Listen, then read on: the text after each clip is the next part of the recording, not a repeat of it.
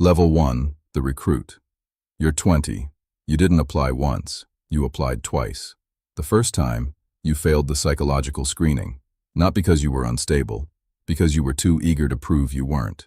The evaluator wrote one sentence in your file, needs to understand that confidence and certainty are not the same thing. You read it 3 times, then you spent a year learning the difference. The second application goes through. You report to the Hargrove City Police Academy on a Tuesday in September. Gray sky, 41 recruits standing in a parking lot that smells like asphalt and nerves. A sergeant named Dobbs walks out of the main building, looks at all of you for exactly 4 seconds, and says one thing: half of you will not finish. Then he walks back inside. Nobody laughs. You pick up your gear bag and follow. The academy is 6 months. The structure is total. You wake at 0500. You run before the sun is up. You memorize use of force doctrine, criminal statutes, report formats, radio codes, emergency vehicle protocols. You qualify on the range. You train in defensive tactics until the movements stop being decisions and start being reflexes. Your lead instructor is a 15-year patrol veteran named Sergeant Okafor, who communicates primarily through silence and a clipboard. He marks things down constantly. You never see what he writes. Week 2, a recruit named Ferris argues a grading call during a scenario debrief. Okafor doesn't respond to the argument. He just waits. The room goes quiet enough that you can hear the fluorescent light above the board flickering. Ferris is gone by Thursday. You write nothing down about that. You remember it anyway. Week 9, you fail a building search scenario. You clear the front room, the hallway, the kitchen. You miss the closet off the bedroom. An evaluator steps out of it holding a red training marker. He doesn't say a word. He marks your form and moves to the next candidate. That night, you lie on your bunk and mentally walk through every room you've ever searched, trying to find where the habit broke. You never miss a closet again. Graduation arrives on a Friday. 31 of you cross the stage. Your mother is in the 3rd row. She doesn't cry until after, in the parking lot, when she thinks you're not watching. You are. You say nothing. You understand already that some moments are heavier when they're quiet. Level 2, Patrol Officer. You're 21. You're assigned to the 6th District, east side of Hargrove City. Your field training officer is a 12-year veteran named Corporal Diaz, who has the particular economy of movement that comes from spending a decade making fast decisions in slow places. First shift together, he says 2 things. Watch the hands, always watch the hands, and never walk into a room faster than your eyes can clear it. Everything else, he says, you'll learn by doing it wrong once. He's correct on all counts. Patrol is not what the academy prepared you for. The academy prepared you for structure. Patrol is what happens when structure meets people. You respond to domestics where the law is clear and the situation isn't. You write accident reports at 2 a.m. while the drivers argue on the curb behind you. You talk a 17-year-old off a bridge overpass on a Wednesday evening in November using only the words that come to you in the moment, because there is no procedure for that, only presence. Diaz debriefed that one afterward. You handled the silence correctly, he tells you. Most people try to fill it. The silence was doing the work. You don't fill it again. 14 months in, a barricaded subject call on Marlowe Street holds 3 patrol units for 90 minutes. You're one of the units. You stand at the perimeter tape and watch a 7-person element in black gear arrive, brief in under 4 minutes, and clear the structure in 18 seconds. No shots fired. Subject in custody. The element reforms outside, runs a quick debrief on the sidewalk, and is back in their vehicles before the patrol officers have finished their witness statements. You watch the way they move when it's over. No adrenaline leak, no posturing, just quiet recalibration, the way a machine resets after use. You go home that night and look up the SWAT selection timeline. You are 6 months short of the 2-year eligibility requirement. You spend those 6 months training like the clock has already started. Level 3, SWAT Candidate. You're 23. Selection is 4 days. You've heard things about it from other officers. Vague things, accurate in feeling, useless in detail. You arrive Monday at 04:30 with 47 other candidates. Most of them have more time on the job than you. Some have commendations. One has a graduate degree in criminal justice. None of it matters here. Day 1 is physical. 2-mile run in full gear followed immediately by a dummy drag, a 190-pound weighted mannequin across 100 meters of parking lot asphalt. Then an obstacle course, timed, no second attempts. Then a firearms qualification, 40 rounds, moving targets, mixed lighting. Evaluators stand at angles you can't fully track. They write things you can't read. You stop trying to read them by noon. Day 2 is tactical. You're paired with a candidate you've never met, a woman named Calloway, 6 years on the job, East Precinct. You and Calloway clear a 4-room shoot house using hand signals only. An evaluator follows inside and says nothing. You make one communication error at the third doorway. A hand signal that could mean either hold or proceed. Calloway holds. It was the right call. In that room, right now, ambiguity gets people shot. You spend the rest of day 2 making sure every signal you give has only one possible meaning. Day 3 dismantles people. Sleep deprivation starts at hour 36. Orders arrive contradicting previous orders. A problem-solving exercise changes parameters 3 times before you finish the first stage. A 9-year veteran with a use of force commendation sits down against a wall during a stress drill and doesn't stand back up. An evaluator walks over without expression, takes his candidate number, and points toward the exit. You watch it happen and feel nothing you can act on. So you don't. You keep moving. By 0400 on day 4, 19 candidates remain. Day 4 is a panel. Unit commander, 2 senior operators, a department psychologist. They don't ask if you can handle pressure. They watched 4 days of evidence. They ask different questions. Tell me about a decision you made correctly, but for the wrong reason. If your element leader gives an order during a breach that you believe is tactically wrong, what do you do and when? The psychologist doesn't write anything while you answer. She writes afterward. When the room empties, the unit commander, a lieutenant named Strand, looks at you for a moment without speaking. Then he looks at his notes. Then he looks back at you. He says nothing else. You leave. You drive home in silence. Your phone rings at 800 on Thursday. Report Monday. Conditional status. 6 months. At the end of it, the team votes. You understand what that means. The team, not the commander. The team. Level 4. Probationary operator. You're 24. The 6 months are a second selection, quieter and longer, and in some ways harder than the first. You carry gear. You absorb information without volunteering opinions. You train at full intensity while being evaluated at a frequency you cannot fully measure. Your element trainer is a senior operator named Baxter, 8 years in the unit, a man who communicates almost entirely in corrections and occasionally in silence. He corrects your breach angle on a door entry 11 times across 3 sessions until it stops needing correction. He never raises his voice.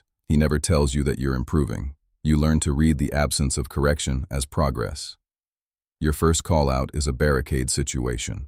A man named Croft, domestic disturbance escalated, has locked himself in a second-floor apartment on the city's north side and told responding officers he has a firearm. Crisis negotiators are on the phone within 20 minutes. You are positioned at the exterior stairwell with your element for 3 hours and 14 minutes. It ends with the door opening and Croft sitting down on the floor with his hands visible. No breach, no shots, no entry. You stand down and help with the scene perimeter. One of the newer patrol officers at the tape asks you how it feels to be there for nothing. You don't answer him. You're thinking about what Baxter said during training 2 weeks before. A call-out where the door opens on its own is the job working. Everything else is the job compensating. At month 5, Baxter tells you after a training evolution to start leading the stack entry and Thursday drills. No announcement. Just an instruction. You understand what it means, and you say nothing except yes. At month 6, you sit in the break room and wait. Strand calls you in at 1600. The team voted this morning. He doesn't give you numbers. He says welcome to the unit and goes back to reading his report before you fully turn toward the door. You drive home. You sit in your car in the driveway for a few minutes. Then you go inside and eat dinner and don't tell anyone what happened today. Some things don't need an audience to be real. Level 5. Operator. You're 26. You have been on 22 call-outs. You have fired your weapon in the field once. The work is not what you imagined at 23 standing outside that shoot house. It is more technical, more patient, and more cumulative than any single moment inside it. Between call-outs, there are hundreds of hours of training, explosive breaching recertification, rope descent from rooftops, hostage rescue scenarios in multi-story structures, medical training, tourniquet application, chest seal placement, needle decompression. You become fluent in all of it, not because any single skill saves lives, but because the combination of them creates the margin that does. You know your element now the way you know a route you've driven 1,000 times. Baxter takes a left side angle automatically in any split entry. Calloway, who passed Selection 2 cycles after you and joined your element 8 months ago, reads room geometry faster than anyone but waits a half beat too long to verbalize threat calls under high stress, a pattern she's actively correcting. A newer operator named Graves over-tightens his grip under sustained pressure. You've mentioned it twice in practice. You won't need to mention it a third time. You know these things because in the stack, your life and theirs run on the same line. There is no gap between your performance and theirs. There is only the team's performance or the absence of it. A call-out comes on a Thursday in March, an armed subject barricaded in a school gymnasium. The call comes at 09:40. Students and staff are evacuated before your element arrives. Negotiators establish contact. Your element holds the east corridor for 58 minutes. The subject, a man named Dalloway, comes out with his hands first. You stand down. In the debrief, Strand goes through the positioning log. He pauses on your element's corridor hold. Communication interval between you and secondary was clean, he says. Then he moves on.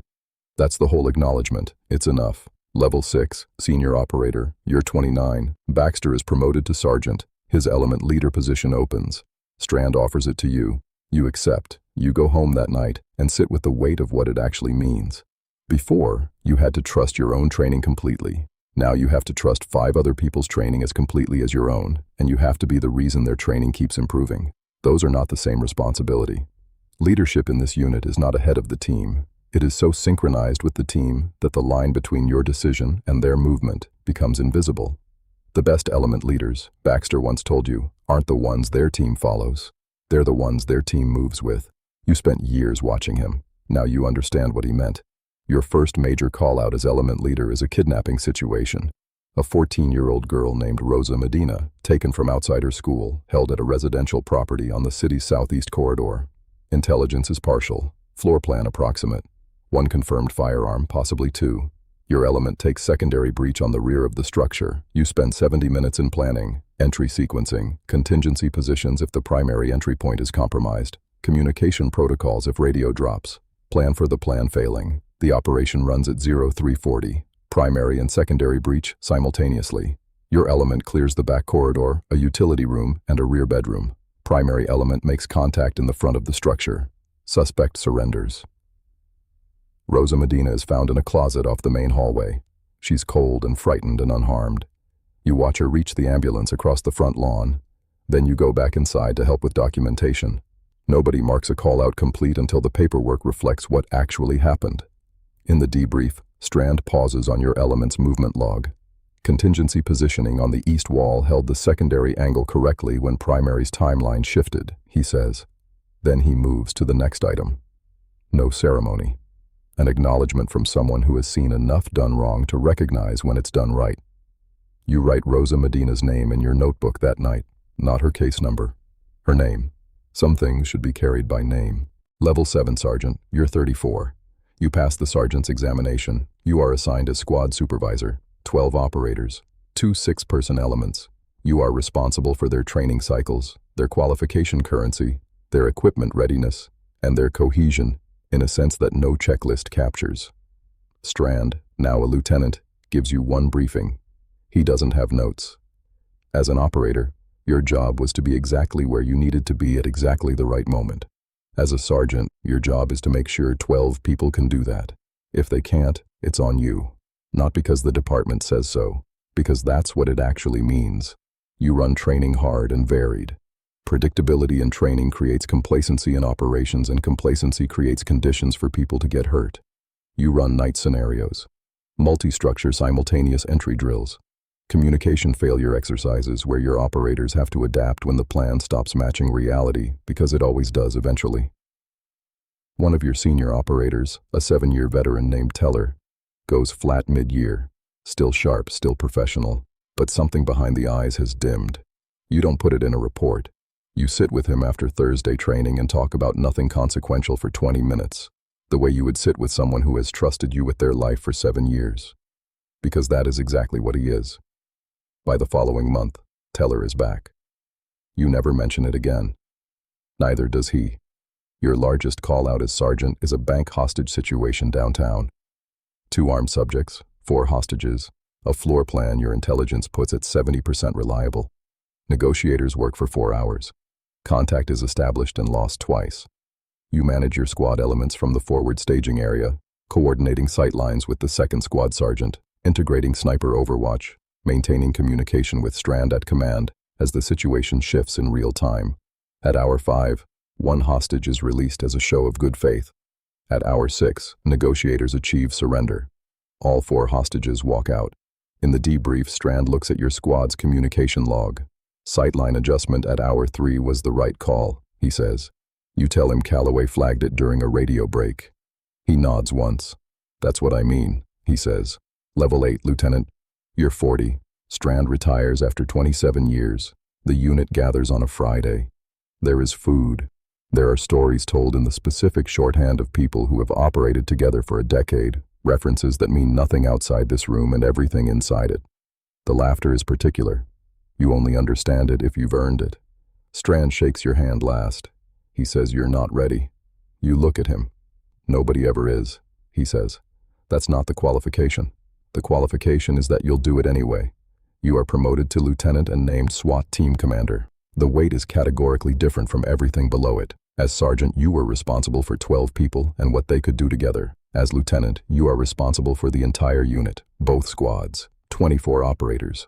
The training standard, the tactical capability, and every command decision made during every call-out the unit runs under your name. You still deploy to forward command on every significant call-out, close enough to read the operation in real time, far enough back to hold the command picture.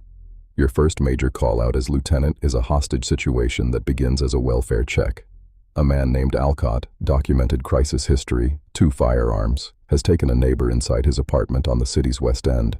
You run command for 5 hours, adjusting element positioning when new structure intelligence arrives at hour 2, modifying the negotiation approach at hour 3 when the initial strategy stops producing movement, authorizing a tactical entry plan at hour 4, standing it down 14 minutes later when your negotiator reestablishes meaningful contact.